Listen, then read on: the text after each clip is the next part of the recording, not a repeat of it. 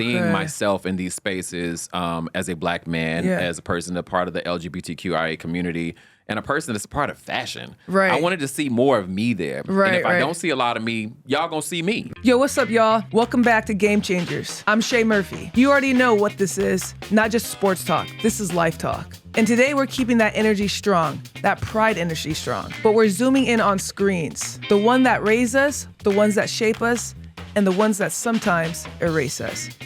We're talking about who gets the spotlight in the media, whose stories are told, and what that means truly to see yourself with pride.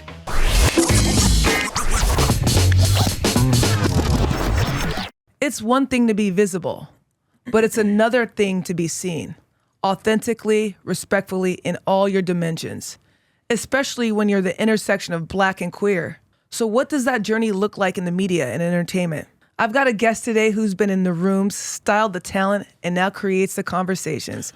Y'all, please give a warm welcome to Jamir Smith to the show. What's up, Jim? Welcome, Jamir. I'm so glad to have you. Let's get straight to it. Thinking back when you were younger, before you were formally diving into your communication and your fashion and all your studies, what shows, movies, or characters were you drawn to? You know what's interesting? Are we recording right now? Shut up. I thought y'all were testing. Yeah, testing. No, we live, baby. We live. So no, I will say this. One of the things that first of all, thank you for letting me be a part of your pleasure, show. This is super, super dope. I think that you are so talented. So I hope everyone continues to support you and all of your amazing work. To answer your question, I remember even not younger, I think the space that I'm in right now, there's a movie that exemplifies my entire world, and that is Boomerang. Okay. And Boomerang really did highlight a lot of aspects of what I wanted to stand for as a boss, what I wanted to stand for as just kind of curating content for the rest of my life. And not that I'm a female, but there is a character. Have you seen Boomerang? Yes, I have. So definitely a classic. Yeah, there is a character in Boomerang that really highlights who I am. And I want you to take a guess. Who is that? Shoot, damn. And be careful because somebody said something the other day and I was like, I'm not that old, so y'all better calm down. That's why I'm like, let me go back. And yes, it is a woman. Okay, so the cast was in Boomerang. Who are you talking about? Let me see. We had Eddie Murphy. I know Eddie. That's we had shout Halle out to my Berry. uncle. Yeah. No, Halle was in it? Halle was in it. Who? But there was somebody else. That's. Yeah, give me a black card, girl. No, hold on. No, I don't know. Halle Berry? No, what's her? No, there was somebody else. Yep. Come on. No, what's the other girl's name? The other woman's name is Robin Givens. Robin Givens. That's who. That is who that's everyone what I'm talking says about. Yes. that I kind of exemplify. Because Robin, this is the thing. Robin was a boss.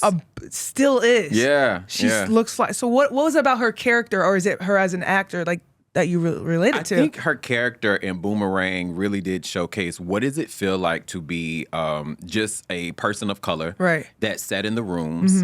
And she looked amazing. Always fly. She spoke French in there at the end. Yep. She was able just to be a person that understood her place and footprint in the society. And so it just kind of mirrors exactly where and why I created the Jamir Smith Show podcast too. I love that. I mean, to have that visibility at such a young age and be able to relate to somebody to like, and then now you're living it out. Exactly. Like just saying. that's crazy, you know, like, no, for real. I mean, keeping it real, like you saw yourself on screen, you know, these experiences as, you know, as a young Black man at that age, now's kind of shape you to who you are today. Like, can you talk a little bit about more of like some of the hurdles you have to overcome to get to that? Because you've seen it. Yeah. And now you're telling yourself this is what you want to be. What were some of the hurdles did you have to overcome to get to that? I am aging myself how I say this, but I realized that, you know, whenever I was in kind of starting this fashion business, I was working with companies that didn't really understand what social media felt and looked like. Okay. And so this was before we could really post things online and really understand what does it feel and look like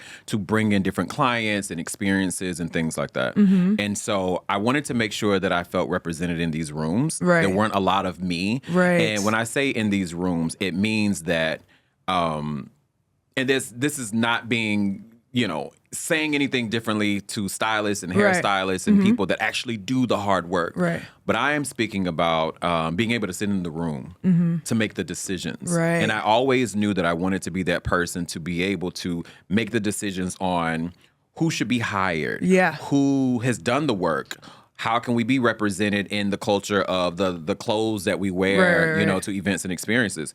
And I had the opportunity to do that with some super dope companies. Yeah, you can shout them out if you want. No, Floss, you can play. they ain't giving me a check. Right. But I will say, I think that you have to do the work, though, and I think that's the beauty of it. Is I come from the selling world, to your point from earlier, to now moving forward. I'm excited that I can now sit at those tables and I can really start making some decisions that help us look better within this world. Yeah. I mean, it sounds like you mentioned it like your goal is to have a seat at the table, but it sounds like to me through all your experiences, you are the table. Yeah. You know what I mean? And like if not, you got to create your own table. Right. Exactly. And like you've had your hand into so many different spots. Yep. Talking about fashion and now your show. Is there any part of the entertainment industry like that's harder to break into that you felt like, damn, I really struggled, or this was tough to, to have a voice here, to be at these seats, from the radio side to, being on the fashion side, where you're like, damn, I don't, I don't want to start over at zero in this spot. No, you're right. Like, so my black card is super black. Okay. And when I say that, that means that, I curated the Jamir Smith show during 2020, during the pandemic when I realized that a lot of us, our voices were silenced. Right. And I wanted to create a platform for the everyday person to kind of tell their stories. And it reminded me of whenever I was a child, and this is my super black card. Okay, let's hear it. Shout out to Queen Latifah and her role as Khadijah James oh my God. from Living Single, because she created a magazine called Flavor. And I remember Right On Magazine and Vibe Magazine and Word Up Magazine. These are the magazines that I read as a kid, and I was like, I started cutting out photos and curating my own magazine, and even my friends were like, so what's the magazine of the month, you know? And I realized this aligned with where I am now in this career path with the show. I wanted to make sure that the Jamir Smith Show created conversations for celebrities, for the everyday person, for musical people, whatever, because everyone has a story. Absolutely. But most importantly, I give space to the underdogs. I love that. Yeah, I love the underdog. Oh my God. Like, come on, we all have underdogs. We've been underdogs ourselves. Listen, that part. Right, exactly. No, I mean, so like you've had the front row seat to every industry and every, different outlets in the industry for years. From your time from working from costumes to wardrobes for major studios and networks, like thinking about some of your elite and your earlier projects, what do you see as like a content creator now, like you're like the pros and the cons of that, being a host, a podcast host, a director? What do you think about that? Like, I think that for the LGBTQ community, how do you landscape that? I think that we at times felt underrepresented, and I think that I represent a lot of different communities all in one, right? I want to represent Black men in a way that Black men have never been seen in spaces. I want to represent the LGBTQIA community in a space that is not just about our sexuality, it's about all the work that we have done throughout our entire career, but also I want to be able just to highlight people that have done the work, women, men, trans community. People that really understand this is what my passion is and how do we give them opportunity.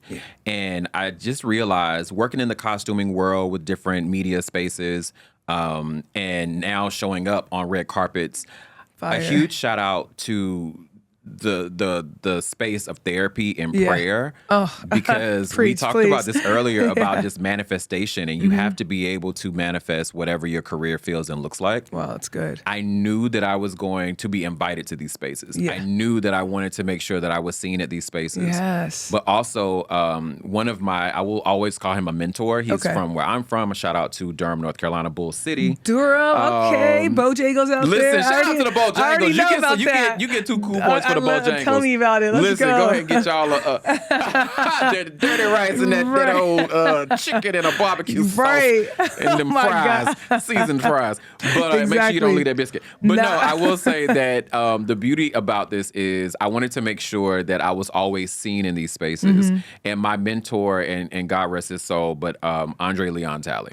Andre Leon Talley was someone that I mirrored a lot of my life around. Him and, of course, the incomparable Josephine Baker were the reasons as to why I started speaking French. I started finding infatuation of going to Paris. No way. And seeing myself in these spaces as a Black man, as a person, a part of the LGBTQIA community, and a person that's a part of fashion. Right. I wanted to see more of me there. Right, and if I don't see a lot of me, y'all gonna see me. Right. So, that's fact. Yeah. I mean, being like, I've been 101 on my team, like I've lived in Turkey, I've been the only, American on the team. How much pressure was that for you to be one of one in some of these spaces in France or in, behind the scenes or in these rooms? Like, how did you deal with that? Because I mean, we all deal with it different. Like, do you not even notice it because you're so used to that? Right. You know what was interesting? My story is somewhat different. I always felt included, even when I didn't. That's good. Because I wanted to make sure that I was seen. And that meant that I saw maybe, let's just say I was in Paris a few weeks ago, and in the room of over 300 at an event that I was at, I was probably one of 3. Wow. And being only one of 3 people of color, man or woman, didn't matter. I still felt seen because I was like, okay, if I'm going to be that one of 3 persons, I'm going to be that person that's going to stand out and to make sure that you guys see me. Right. You know who I am. I did not travel all the way from LA to Paris for nothing. Right. But also, I want to make sure that you guys understand that I want to build partnerships and relationships because you never know, and I say this a lot on the show, build the relationships. You never know when you need somebody. Right. So. Yeah, deposit that first. No, that makes sense. Yeah. I mean, now you're having more airtime, there's more investments, more privilege. From your perspective, is it that dynamic that you've observed from being a Black gay man has shaped your journey and the opportunities you encountered now? Has that like helped you take a step forward, and break in and like get those next roles? Because there was a time, we can't lie, in our country, everyone's DEI and diversity inclusion. You're just trying to make a quota. That's it. So That's like it. how authentic has that really been like in some of these spaces? I think that it has been as authentic as it can be. I think currently we're living in a time that we have to be very agile. I think people of color, a huge shout out to people of color. Because all of us. I think that we are living in spaces of it being intentional and we have to, right? And to answer your question, I think that I've seen myself in these spaces consistently, but I felt that a lot of other people don't see themselves. Yeah. So my goal in life, not even just with my show on the radio, my platform on social media, I always like to check in on people. That's good. I always just want to make sure, are you good? Right. And what do you need? That's because huge. I think especially in these times, we have to make sure that we are at least looking out for our fellow brothers and sisters. Exactly. I mean, I love that you mentioned that last month was mental health awareness. Yes. We tapped on that last episode. And I mean, this is a perfect segue to like your show right now. Yeah. Right? You got to bring that show, Jamir Smith show. Let's talk about it. You're a voice for so many gay men. Like, talk about like Noah's Ark. What did that series for you personally do? Like, do you think it's made an impact on the community in a positive way? Did it like enhance certain stereotypes? Yeah. Like, talk to me, about that. I would love to hear about it. You know what's funny about Noah's Ark? So to answer the first question, with Jamir Smith show, and I started it in 2020, and now fast forward to 2025, and now the Jamir Smith show being picked up by iGlobal Media and Power 97.5 LA. Make sure y'all tune in. Power 99 The Talk every Saturdays at Every 10 a.m. Saturdays, Pacific let's Standard Time. But I think that with that, this month is Pride Month for June, right? And I wanted to highlight the cast of Noah's Ark. It has been since the Rona Chronicles, since they had actually created or been able to shop this new film. And this film comes out on June 20th. And I'm excited to see that the entire cast is back together. Yeah. I was able to bring 3 of the cast members on our show. Oh, awesome. And just kind of talk about their experience throughout these 5 years since the Rona Chronicles. And now Noah's Ark, the movie comes out. That show was the blueprint of what young Black men and women saw, because we saw a lot of ourselves, because there were 4 men that they did not look the same. They all had different stories. And it kind of just reminded you of like the male Sex in the City, right? And how we can all look and feel and speak differently, but then collectively we still are dreaming the same dream. Right. And Noah's Ark did that for me, and it's still doing that for me because me being actually really good friends with a couple of the staff, and a huge shout out to Patrick Ingapol, because Patrick really has created spaces for Black queer men, trans men, Black women, Black men. Yeah. And I think that's what it's about, right? That show is really the blueprint of how we look at ourselves, how we look at relationships. With it coming out now, June 20th, I think it allows us to say, wow, this new concept and conversation about marriage and children. We talked about that earlier about how, what does it look like in these LGBTQIA relationships? Exactly. What does it look like? Are we okay with staying with the same partner forever? Are we okay with kids? I'm at a very successful point in my life. I was reading something about with Tracy Ellis Ross, and she was saying, shout out to Tracy. What? I love her, queen. Shout Let's out to go. Tracy. Yeah. She said that she's good being single. Right. And that's what I'm saying. Being a mother, too. She tapped on that right around Mother's Day. She had an article come out. I saw that. And I think it's super dope to just understand your power and how much you bring to the table. Yeah. But if you're not adding on to my success, then what are we doing? You got to be an additive. You have to. You have to. Yeah, I think that's huge, and especially her coming out to say that, because so many times people in the industry, like, you overlook that. Like, she's not a mother, she's single. Absolutely. We're so, especially in LA, we're very career driven. Very career driven. Really, people are having kids late in life right now because there's so much you want to accomplish. Everyone's ambitious.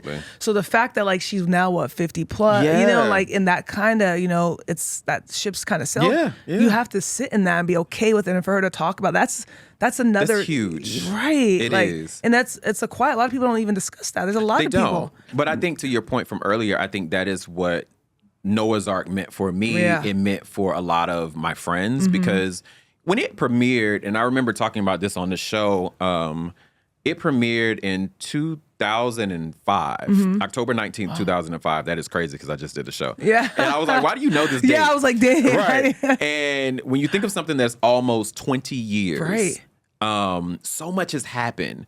And when you think of the things that happened in that show, from trans rights to gay bashing to falling in love with a man that could be DL and not DL, or men thinking about marriage and HIV and prevention, all of the things happened, and it was very heavy. Right? But it was also the same conversations that we're still having now in 2025. Yep. I think that the new generation is just a little bit more fluid and more open for them to have that conversation versus when it was when we did it then. Of course, because our generation, we've done the work for them. Exactly. Oh so my God, now it's easier to digest. Our generation before us did, and now we made it somewhat easy too. Exactly. So now it's digestible for this generation. It's not such a hard, scary topic. We don't have to worry about ratings are going to go down because we're tapping into these different topics. You know what I mean? I mean, every premiere you go to, there is a gay character. Right, absolutely. And I feel like that's what kind of ties in all of the storylines when we really think of these shows. So, I know. So I don't even think they've realized, like, it was a blessing it is to have that. You know what I mean? Like, for real. Like, you can go have these conversations now and be okay. It's an end thing. No, that makes so much sense. I mean, and so just talking a little bit more about your show. Sure. Tell me about one of your favorite, like, episodes that you had on, and, like, how that changed you. You're like, damn, I know I'm doing right. Like, this is what I want to be doing. Like, what do you hope for your listeners to get every time they tune in and listen? I had Countess Vaughn on the show. A huge shout out to the Parkers. And Countess is a gem. Yeah. And I remember, and this is when the Parkers had just started to premiere on Netflix. Okay. And everybody was like, oh my God, we get to see the Parkers now. And the Parkers was iconic. Yeah. Still is to this day. I used to love that show. Yeah. Shout out to Monique and just made Countess, it was funny. and everyone. Yeah, just that energy. It seemed authentic. It was so authentic, honestly, right? Yeah. And I think bringing Countess on, I'll say this about my show. I have over 200 episodes. Wow. And are all of the episodes filled with, like, top billed celebrities? No. Yeah. Because the goal was to make sure that I'm highlighting the everyday person to tell their story. It's important. But Countess's story was such a regular chick lady. She doesn't drive, never has driven before. Get out. She's still experiencing life and how she can navigate after the Parkers and all of the things. But I think she was so authentic and she was just so real within our conversation. It felt less like an interview. Wow. And it was just a conversation Yeah, like we're absolutely. having. So Yeah. Oh, that's cute. And then also I will say this, my favorite poet was on the show. And I didn't even Really? think that she was going to say yes, but What? a huge shout out to, I can call her my friend now, is Aja Monet. And Wow. Aja Monet is one of the biggest poets in the world right now. You're kidding So me. yeah, What? amazing. Yep. That's amazing. I got to read some of her stuff. Yeah. Wow. Okay, so now if you had to pick one of these characters that you found yourself falling in love with or hated, like which character would it be? I don't know his art. I don't know his arc. Like falling in love, or you're like, damn, I hate it. Like, keep me away from it. So, shout out to Daryl Stevens, who plays Noah. Plays Noah. We got to show pictures just so you know who you falling in love with. Listen, Daryl, I love Daryl. I think Noah was such a gem because he showed the real life of what does it feel like falling in love? What does it feel like falling out of love? Being fashionable, even though his fashions were crazy. But it was so fun to watch because it was just like it was a real life conversation. Yeah. But I remember something before we go there. I remember interviewing Doug and Christian, and they were the characters of Chance and Ricky. And both of them said the exact same thing. They auditioned for each other's role. Oh. And so it's interesting to see that in real life to say, wait a minute, could I have seen Doug Spearman in Ricky's role? And having a conversation with him, I'm like, oh yeah, he could have definitely been Ricky. Absolutely. Man. Oh, my but God. for me, I think in my own personal, I think Daryl, absolutely. And tell me, what was the other part of the question? Like, who you would have fallen in love with, or who, character you would have hated? Like, I hated Daryl, Noah, and I absolutely hated Chance's husband. Because he did some old trickery. Eddie did some trickery stuff. Okay, foolishness. I think it was like episode. It was and early. you saw what happened when he did. Listen, he drove that car right into a house, and you was in there to met somebody offline. Still hate right now. Still mad. I mean, you played. You're still mad about it. I don't even know your real name, right. but I was mad. Like now, you know they acted the act. If you still mad but about it, that's how you know they did a good job. Right. Exactly. And look, but shout out to Eddie because he did try his best to win him back, and they did end up. But yeah, I love that. Okay, so we know who your love interest, right? What they got to have a little bit talking about. Ooh. I mean, is that too soon to get deep into? My love interest. we got the character. So now in real life, is there someone special in your life who you're looking for? Yes. Okay. Yeah. I-99W2 Wells Fargo. Oh my God. Cash App. Is that the routing number? Routing number and Zelle. That is funny. I'm crying. No, I am very much single. Okay. And I think to your point from earlier, LA is Someone said something the other day, LA is not a real place. Not a real place. It is not a real place. Is not. And I think that there is love here, but I think there are a lot of us that are really very much just living for the day. Right. Do better. No, I feel like if you're not from LA, I concur. You realize it's not a real place because you're from other places. Exactly. If you're from here, you don't. I figured this out late. I'm like, oh dang, So no, I agree 1,000%.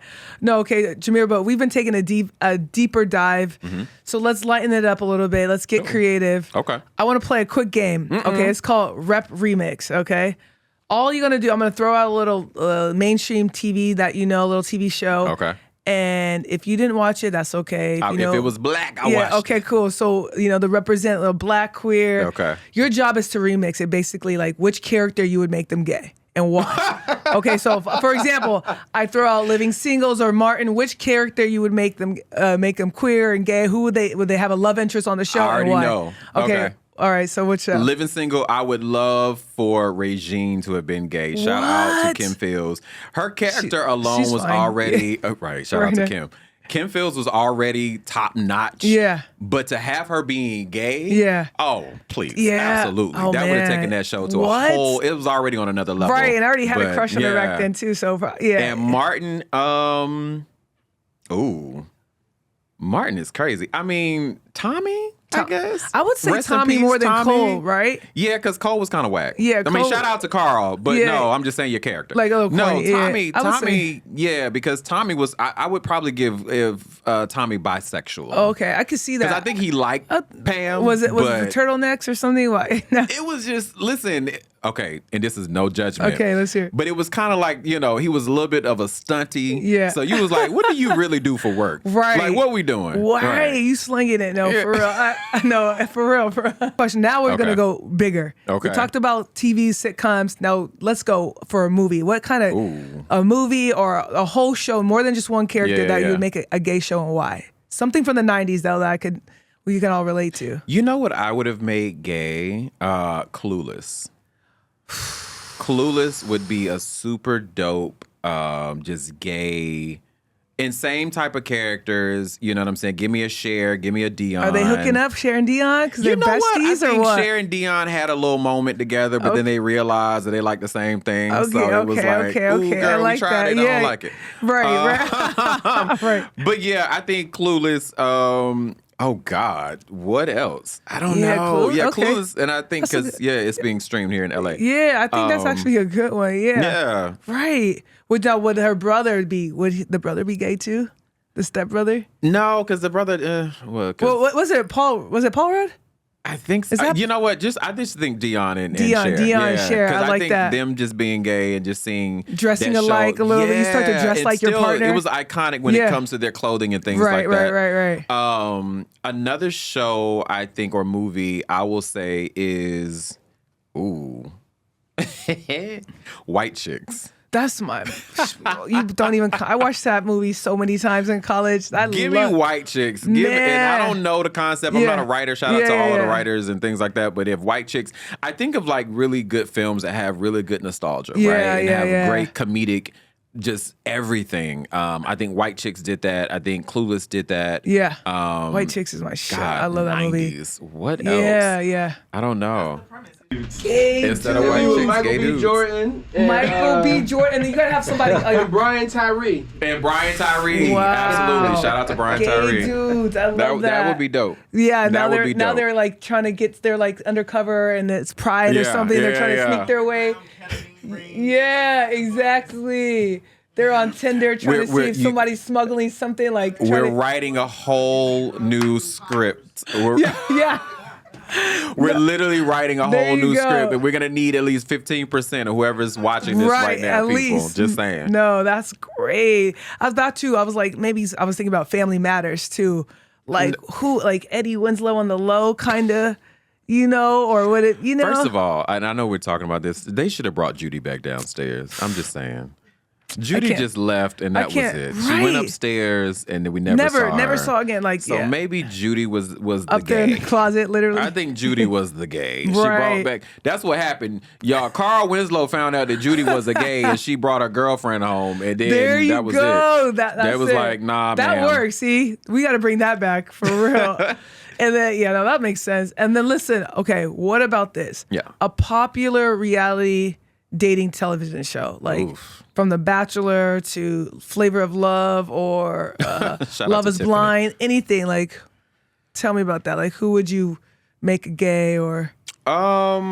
I would like, you know what I would like? I would actually like a gay housewives of whatever, right? And I think that they probably tried it, I believe, here in Los Angeles, and it Did just they? didn't hit. Okay. But you know what I'm saying? A Yeah. super dope. First of all, you got to find men that actually want to get married. Let's start Right, there. that's true. But I mean, maybe change the concept. I don't know. Yeah. But I feel like there are times that we watch so many things when it comes to Housewives of Yeah. the Potomacs and Beverly Hills Right. and Atlantas. How do we make our own? And Right. how do we do it in a black cast and Right, a right, cast right. that's white or mixed, whatever. Right. And so I wish that we would have something like that. No, absolutely. What The Bachelor just casted their first black. Exactly. Right. Which is there's crazy. not a gay bachelor yet at No, all, right? So which is they're crazy. right in 20 exactly. No. Absolutely. So that's crazy. But Jamir, I mean, it's been real talk. I Thank appreciate you you. being on the show. Like I there's appreciate still so you. much to uncover. I don't even think we went deep enough. But thank you for coming through, sharing your wisdom, your experiences with Game Changers. We are all grateful to have you. Y'all be sure to check back in to the Jamir Show. Every Saturdays from 10 a.m. on Pacific Standard Time on Power 97.5 LA, Power 99 The Talk on iGlobal Media. iGlobal Media. You heard it first. Make sure you guys tune in Saturdays. Man, This is crazy. This is amazing. We Some had of a good those time. screens, it's more than just entertainment. It's validation. It's education. It's a lifeline for someone out there feeling alone. The journey for true, multifaceted Black queer representation is a marathon. It's not a sprint. It's about demanding more than just a seat at the table. It's about co-designing. It's about the whole damn room. So support the artists, the writers, the creators who put in the work every day. Amplify their voices, because when we change, the narrative can change and we can change the world. This is Game Changers. I'm your girl, Shay Murphy. Take care of your mind, take care of your people, and don't forget, you're already enough. Everything else is just practice. Peace. Tune in next episode. Game Changers is produced by Stokes Sports in association with Wizard Studios. Produced by Sean M. Butler, Dylan McCure, Jamal Wade. Executive produced by Shay Murphy, Jarnell Stokes, Aisha Corpse-Wynn, Patrick Strom, Frank Harris, Beth Fryman. Episodes directed by Jamal Wade. Shout out to Passes. Game Changers is available to stream wherever you listen to podcasts.